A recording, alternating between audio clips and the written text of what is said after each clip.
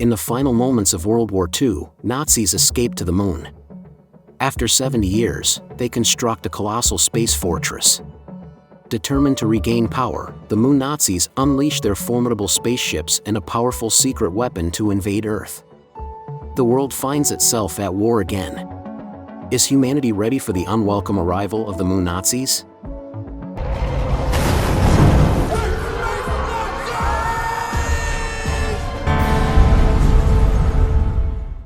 If you want to stay in the loop and receive more exciting videos, make sure to subscribe, click the notification bell, and don't forget to like the video.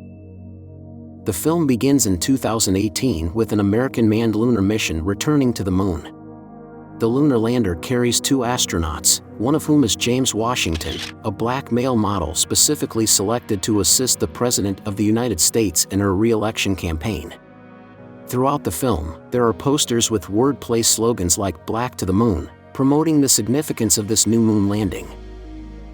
Upon landing on the dark side of the moon, the astronauts unexpectedly encounter a group of Nazis who have been hiding there since 1945.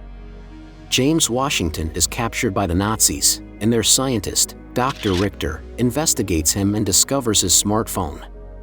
Initially skeptical, Richter realizes that the smartphone's computing power surpasses their own technology and can serve as the perfect control unit for their space battleship, WW2. However, during Richter's attempt to demonstrate this new weapon to the current Führer, Wolfgang Kurzfleisch, the phone runs out of power. Nazi commander Klaus Adler, who has been chosen for genetic reasons to mate with Renata Richter, Dr. Richter's daughter and an Earth specialist, offers to travel to Earth to gather more smartphones. Adler takes a spacecraft to Earth, accompanied by James, who has been transformed in appearance by Richter. Upon their arrival, they discover that Renata has secretly stowed away and joined them on the journey. Meanwhile, on Earth, the President of the United States faces political challenges and desperately needs a miraculous event to secure her re-election. Adler kidnaps the President's aide, Vivian Wagner, played by Peta Sargent, and introduces her to the Nazi couple. Wagner recognizes the resonance of Adler and Renata's message with the President's re-election campaign and entrusts them with managing the campaign's propaganda. Adler and Richter proceed to revamp the President's campaign in a Nazi-style fashion, apparently achieving success, while Richter remains oblivious to Adler's ambition to become the next Führer and dominate the world.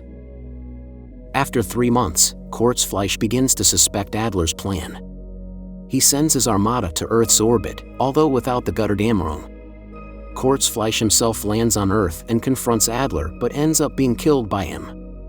Wagner aids Adler in eliminating Kurzfleisch and realizes that Adler and Renata are actual space Nazis. She engages in a sexual encounter with Adler, but he simply takes her iPad and departs, as he only needs it to power the WW2.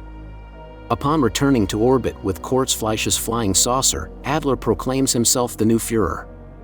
Meanwhile, Renata Richter encounters the now homeless Washington, who helps her realize her aversion towards terrestrial Nazis. Washington exposes Renata to a collection of books and movies that delve into Nazi history, leading her to recognize that the moon's Nazi presence was merely a continuation of their propaganda, fueled by their own self-belief and sense of superiority. When Renata confronts Adler, he attempts to assassinate her, but with Washington's assistance, she manages to escape. The United Nations convenes to address the extraterrestrial Nazi threat. The President becomes enthusiastic about the prospect of a war that could potentially secure her re-election. In light of this, she appoints Vivian Wagner as the commander of the spacecraft USS George W. Bush, equipped with nuclear weapons, which orbits the Earth. Wagner, having been appointed as the chief of the armed forces by the President, assumes command and leads the war effort from aboard the USS George W. Bush. To everyone's surprise, many other nations have also developed armed spacecraft and they join forces to defeat the invading Nazi armada. After returning to Earth, Richter successfully persuades Washington to accompany her back to the moon in order to thwart Adler's plans. Utilizing Adler's flying saucer, they make their way back to the moon and reach the WW2. In this critical moment, Washington takes on the task of disabling the spaceship's engines while Renata embarks on a search for Adler. Simultaneously, the International Armada of spacecraft destroys the Swastika moon base and converges towards the Götterdämmerung. The final confrontation ensues, and Washington manages to disconnect the tablet device that controls the Götterdämmerung, while Richter eliminates Adler. As the spaceship hurtles towards the moon, Adler inflicts significant damage on the lunar surface in his desperate attempt to target the Earth. During the UN session, the US president reaches out to Wagner to convey her congratulations on the hard-fought victory. Wagner discloses a remarkable discovery: vast reserves of helium-3 on the moon. This invaluable resource holds the potential to grant the United States energy independence for centuries. In response, the US president swiftly asserts national claim over these reserves.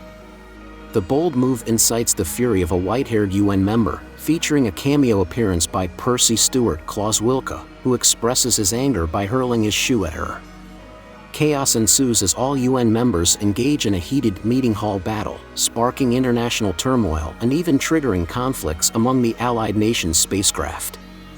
Meanwhile, Richter and Washington, who has regained his original appearance, reunite in the damaged Swastika moon base, leaving Richter's former students in awe as they witness the heartfelt embrace. Richter acknowledges the immense challenges ahead, declaring that they have an arduous journey ahead of them. In the final moments of the film, nuclear explosions engulf the Earth as missiles wreak havoc across the globe. And as the credits roll, a man-made satellite of mysterious origin orbits the planet Mars.